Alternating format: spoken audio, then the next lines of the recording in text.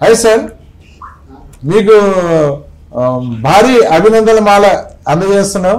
మీ party మీరు అనుకున్న స్థాయిని మించి వెళ్ళిపోతుంది. అనుకున్న స్థాయిని మించి ఏం కాదు, మేము 160 స్థానాలు అనుకున్నాము. 170కి మేము ఎటువంటి అనుమానం లేదు. మేము మొదటి నుంచి చెప్తుంది తెలుగుదేశం పార్టీ విజయ బావుట ఎగరేస్తుంది.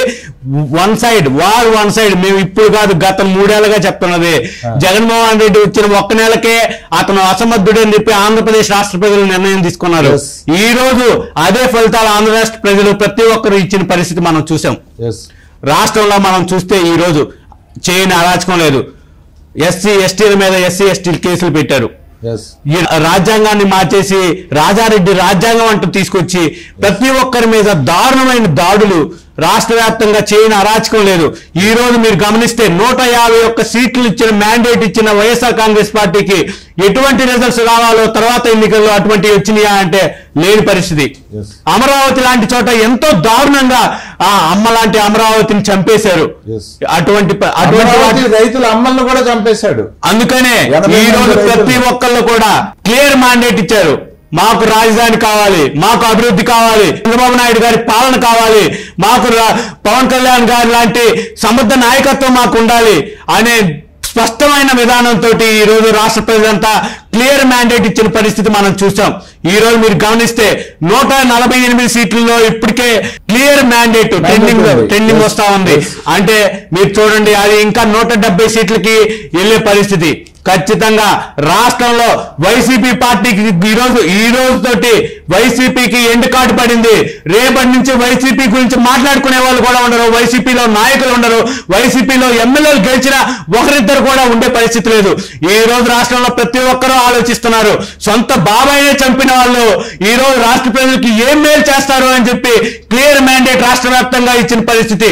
అందుకనే Telugu Desam party, Janasena party, BJP 3 పార్టీలు కలిసిన కూటమికి అభినందనలు వాళ్ళ ఓట్లతో తెలిపిన పరిస్థితి రాష్ట్ర వ్యాప్తంగా మనం చూసాం. పిన్నెల రామకృష్ణారెడ్డి లాంటి వాళ్ళు అయితే అసలు ఈవీఎంలు బద్దలు కట్టి అసలు ఓట్లు వేసేదానికి ప్రజలు పోనీయకుండా చేసిన పరిస్థితుల్లో కూడా ఉన్నారు. అయినా కూడా వాళ్ళని ఎదుర్కొని రాష్ట్ర వ్యాప్తంగా ఈరోజు తెలుగుదేశం పార్టీకి, జనసేన పార్టీకి, బీజేపీకి పట్టం కట్టేందుకు ప్రతి ఒక్కళ్ళు ముందుకొచ్చారంటే అది ఖచ్చితంగా ఇది ఏ పార్టీ విజయం కాదు. నిజంగా చెప్తున్నాం, ఈ రోజు ఏ పార్టీ విజయం కాదు.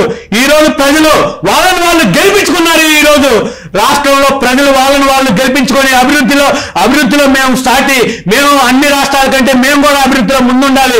మాకు రాజధాని లేకుండా చేసిన జగన్ లాంటి వ్యక్తిని, మాకు అభివృద్ధి లేకుండా చేసిన జగన్ లాంటి వ్యక్తిని, మాకు రోడ్లు లేకుండా చేసినా, మాకు నీళ్లు లేకుండా చేసినా, మాకు పొలాలు ఎండిపోయేలా చేసినా, మాకు కరోనా వస్తే కనీసం మాస్కులు కూడా ఇవ్వలేని జగన్మోహన్ రెడ్డిని ఈ రోజు మేము తరిమి కొడతామని చెప్పి ఓటర్లు వాళ్ళ ఓటుతోటి తరిమి కొట్టిన పరిస్థితి మనం చూసాం.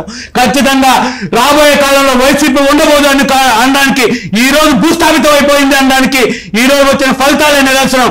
పులివెందులో కూడా జగన్మోహన్ రెడ్డి ఓడిపోతున్నాడు అంటే అర్థం చేసుకోండి. ఖచ్చితంగా తెలుగుదేశం పార్టీ ఈ రోజు 175కి 170 స్థానాల్లో విజయం సాధిస్తారు. తెలుగుదేశం జనసేన కూటమి ఖచ్చితంగా రాబోయే రోజుల్లో సుభిక్ష పరిపాలన, చంద్రబాబు నాయుడు గారి నేతృత్వంలో ఆయన ముఖ్యమంత్రి ఖచ్చితమైన పాలన ఈ రోజు రాబోతుందని మేము తెలియజేసుకుంటా ఉన్నాం. ఇంకో విషయం అండి, జగన్మోహన్ రెడ్డి చేసిన ఎన్నో రాజకాల్లో మన రాష్ట్ర ప్రజలు ప్రతి ఒక్కరు గుర్తుంచుకోదగ్గది సుధాకర్ గారి హత్య. సో ఆ సుధాకర్ గారిని చంపిన రోజు బాధపడిన ఆంధ్రుడు అంటూ లేడు. వాస్తవం. ఈ రోజు ఒక డాక్టర్ కావాలంటే ఎంత కష్టపడాలి. అందులోనూ ఆయన ఎనస్థీషియన్ డాక్టర్, చాలా సమర్థవంతంగా పనిచేసే వ్యక్తి అయి ఉండాలి. అటువంటి వ్యక్తిని సేవా దృక్పథం ఉన్న వ్యక్తి, ఒక దళిత డాక్టర్, ఒక దళిత సమాజంలో పుట్టి, నిజంగా వాస్తవంగా చెప్పాల్సుకున్న మనం ఓపెన్ గా మాట్లాడుకుంటే దళిత సమాజంలో పుట్టి డాక్టర్ కావాలంటే ఎంతో కష్టపడాలి. నిజంగా అంటే డబ్బున్న వాళ్ళు సీట్లు కొని ఇట్లా చేస్తే చేయొచ్చు, కానీ దళిత సమాజంలో పుట్టి ఒక పేద బలహీన వర్గాలకు చెందిన ఒక డాక్టర్ ఈ రోజు చనిపోయి, అసలు ఆ చనిపోవడం కూడా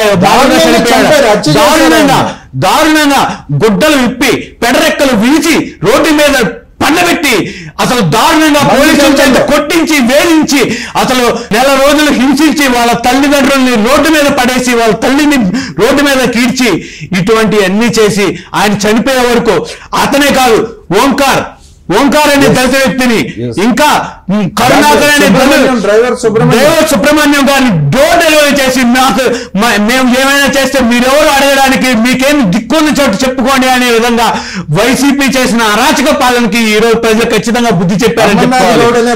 అమర్నాథ్ గౌడ్ ఈ రాష్ట్రంలో మెయిన్ గా జల్లయ్య కల్లయ్య అజయ్ అంటూ ప్రతి ఒక్కళ్ళు కూడా ఈ రోజు మనం చూస్తున్నాం 150 దాటిపోయింది. 150 దాటిపోయిందంటే 150 సీట్లు దాటిపోయింది మ్యాండేట్ అంటే ఈ రోజు ఖచ్చితంగా ఈ అరాచకాలన్నింటినీ ప్రజలు గమనించారని చెప్పుకోవాలి. తెలుగుదేశం పార్టీ గతంలో ఓడిపోయినప్పుడు కూడా మీరు గమనిస్తే 23 సీట్లు వచ్చినప్పటికీ కూడా మేము ఆ రోజు జగన్ మీద ఉన్న పాజిటివ్ ఓట్ బ్యాంక్ ఆ రోజు జగన్కి ఒక ఛాన్స్ ఇద్దామనే నమ్మకం. కానీ అటువంటి నమ్మకాన్ని ఎన్ని రోజులు జస్ట్ 2 to 3 months లోనే ఆయన రాష్ట్ర వ్యాప్తంగా పోగొట్టుకున్న పరిస్థితి. అందుకై 151 మ్యాండేట్ ఇస్తే ఈ రోజు కనీసం ఆ 151లో కనీసం 5 కూడా నిలబెట్టుకోలేని పరిస్థితికి వచ్చాడంటే ఇంకా మీరే అర్థం చేసుకోవాలి. అసలు వాళ్ళు అసలు ఇంకా రాజకీయాల్లోనే ఉండరు. కొడాలి నాని కానీ వల్లభనేని వంశీ కానీ అంబటి రాంబాబు కానివ్వండి రోజా కానివ్వండి మంత్రులు ఎవరు కూడా ఈ రోజు గెలిచే పరిస్థితి లేదు.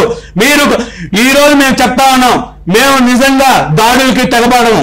మాకు ఈ రోజు మా అధినేత మాకు స్పష్టమైన ఆదేశాలు ఇచ్చారు. గెలిచినా కూడా మీరు సంబరాలు చేసుకోండి కానీ ఎవరిని గాయపరచవద్దని ఇప్పటికీ మా అధినేత మాకు ఒకసారి చెప్పిన పరిస్థితి. మేము మా అధినేత మాటలను అయితే మేము జవదాటం.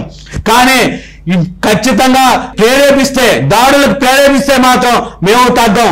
మేము నిజంగా మా తెలుగుదేశం పార్టీలో ఉన్న క్రమశిక్షణ అందరికీ తెలిసిందే. ఖచ్చితంగా మేము ఏదైనా దాడులు చేస్తే ముందు మమ్మల్ని సస్పెండ్ చేస్తాం మా అధినేత.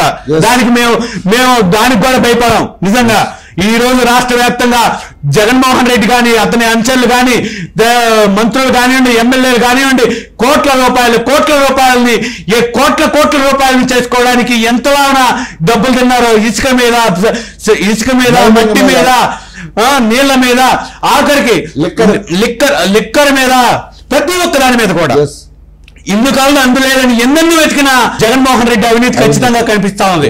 కాబట్టి ఆ అవినీతిని చూసిన వాళ్ళే ఈ రోజు క్లియర్ మ్యాండేట్ మీరు గమనిస్తే ఇప్పుడు గతంలో లేదు. 5 లక్షల మంది ఉద్యోగులు పోస్టల్ బ్యాలెట్ ఓట్లు ఈ రోజు వేశారు.